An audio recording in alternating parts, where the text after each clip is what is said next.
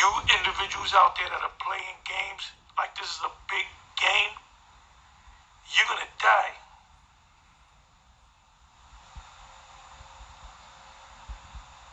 You're working for the king of the universe. You don't slack when you're working for the king of the universe, you dumb fucks.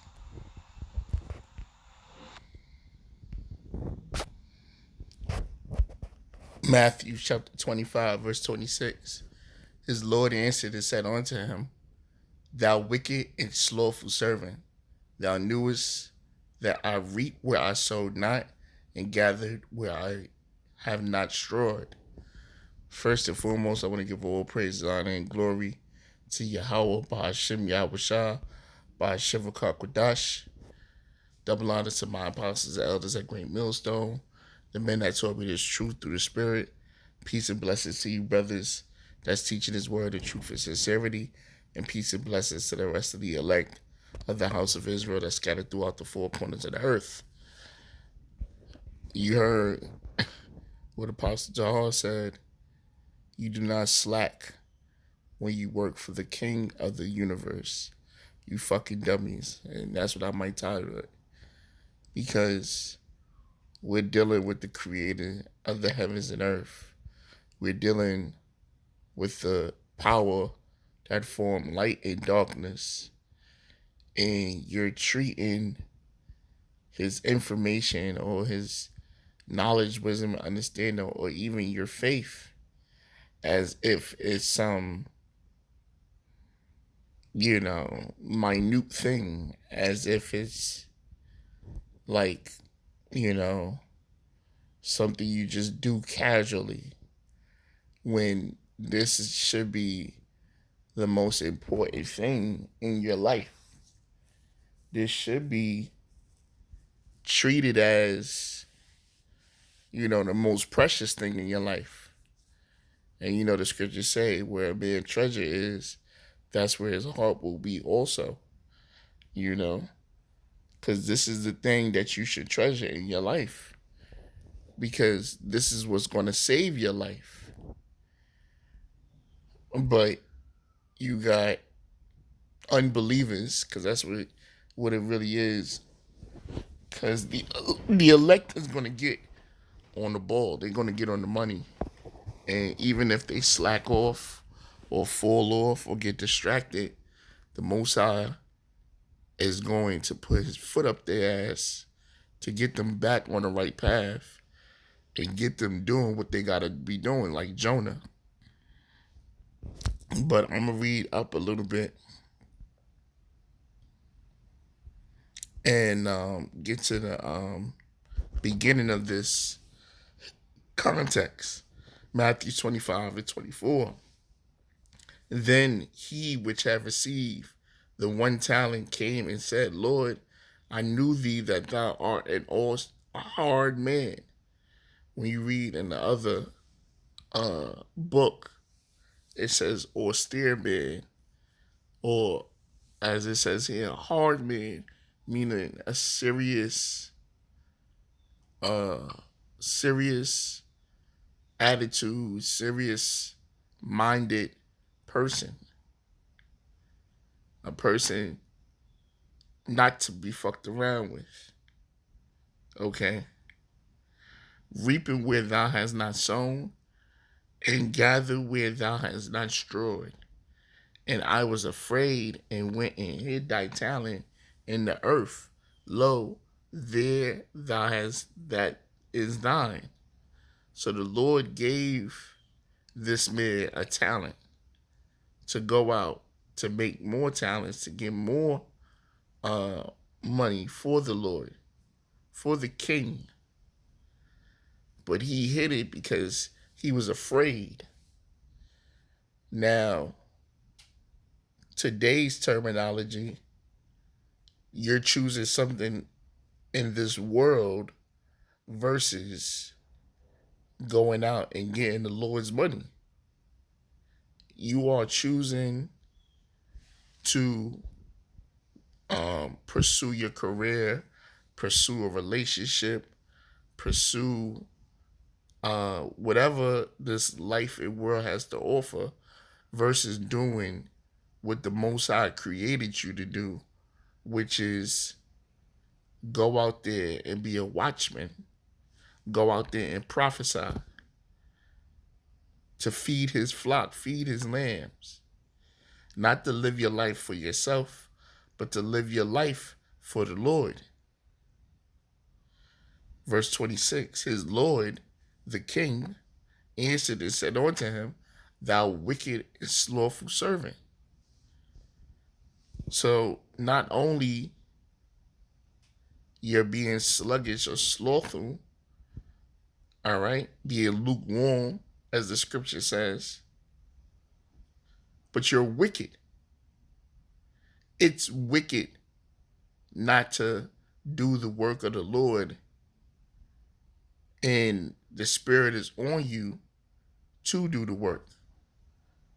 You are healthy enough and capable of doing the work, but you're not. You're capable of doing shows, but you're not. You're capable of going to camp, but you're not. That makes you wicked.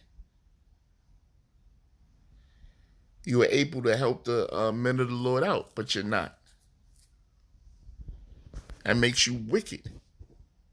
It says, thou knewest that I reap where I sowed not, and gather where I have not strawed. Because that's what the king sits on his throne, and the workers go out and handle all the business of the king. And guess what? Everything that they labored for has to go back to the king. In regards of today, we supposed to go out there and teach on the highways and byways. And we supposed to be feeding the Lord's flock.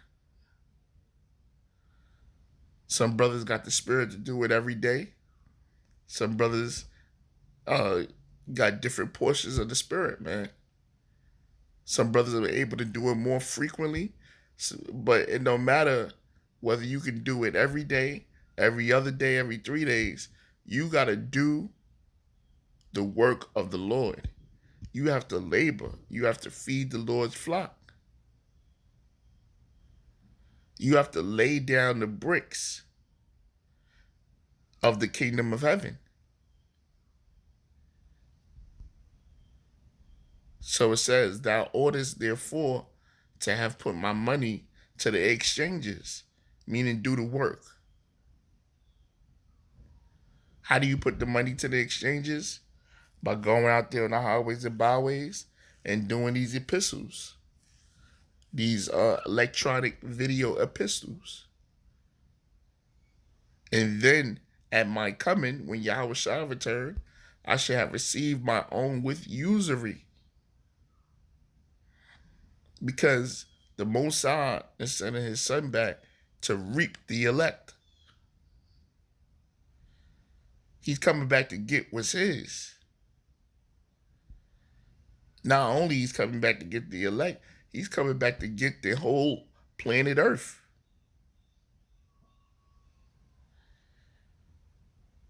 And when he comes back and found out that you didn't do nothing with the information that he gave you, the mysteries of the kingdom of heaven, he gave you faith and you didn't do nothing with it.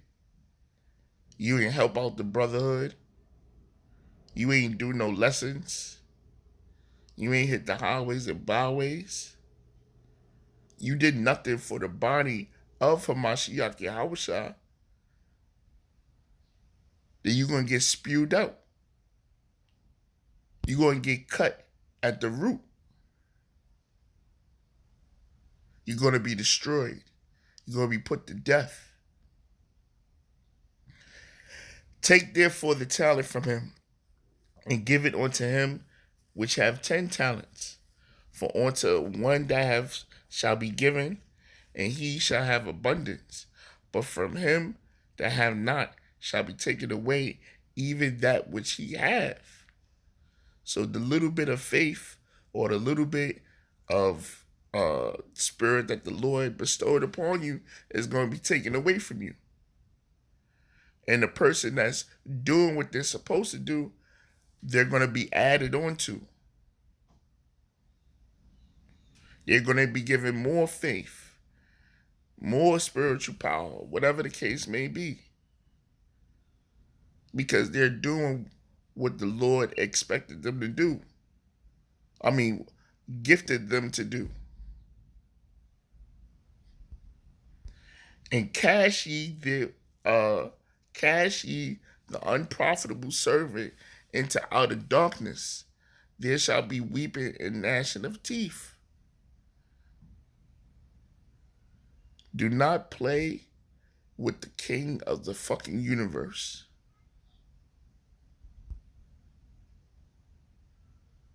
It's gonna be weeping and gnashing of teeth. That means crying, sorrow. Because of the pain and anguish that the people are gonna go through for being unbelievers, for being unprofitable unto the Lord.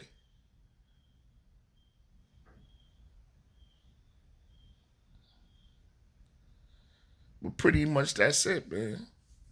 Matter of fact, I got another one. Hebrews chapter 6, verse 10.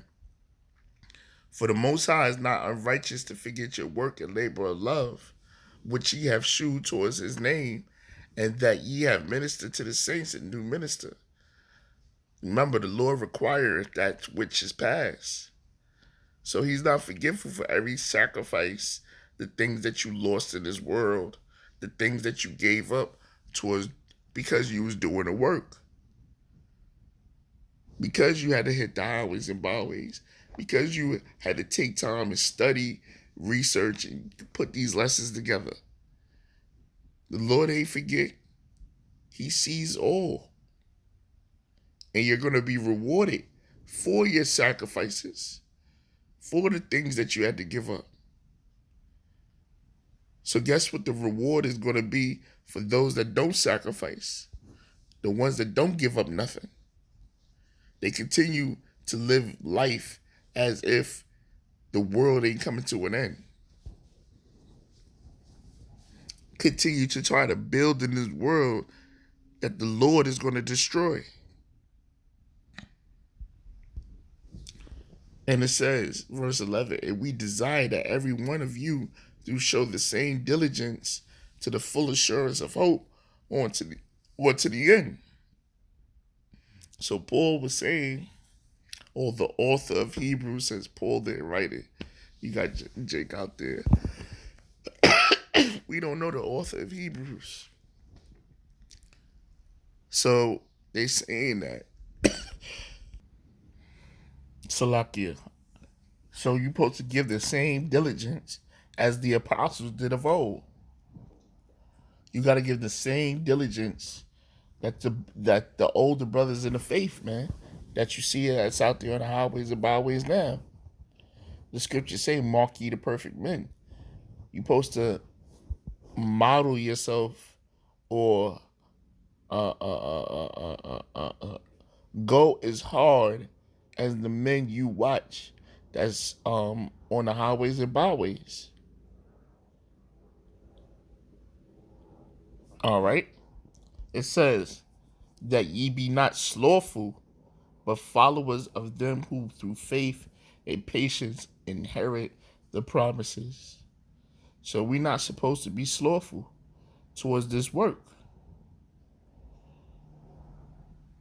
We're not supposed to be slothful for building the kingdom of heaven, because that was the gift that the Most High gave us.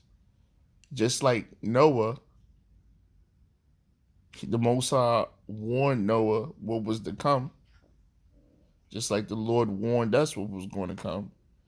And then he told Noah to build the ark so that can be the shelter from the danger that was going to happen. Just like the Lord told us, forsake the things of this world and build, because the kingdom of heaven is within us. We have to, because we are the lively stones of the third temple of the kingdom of heaven.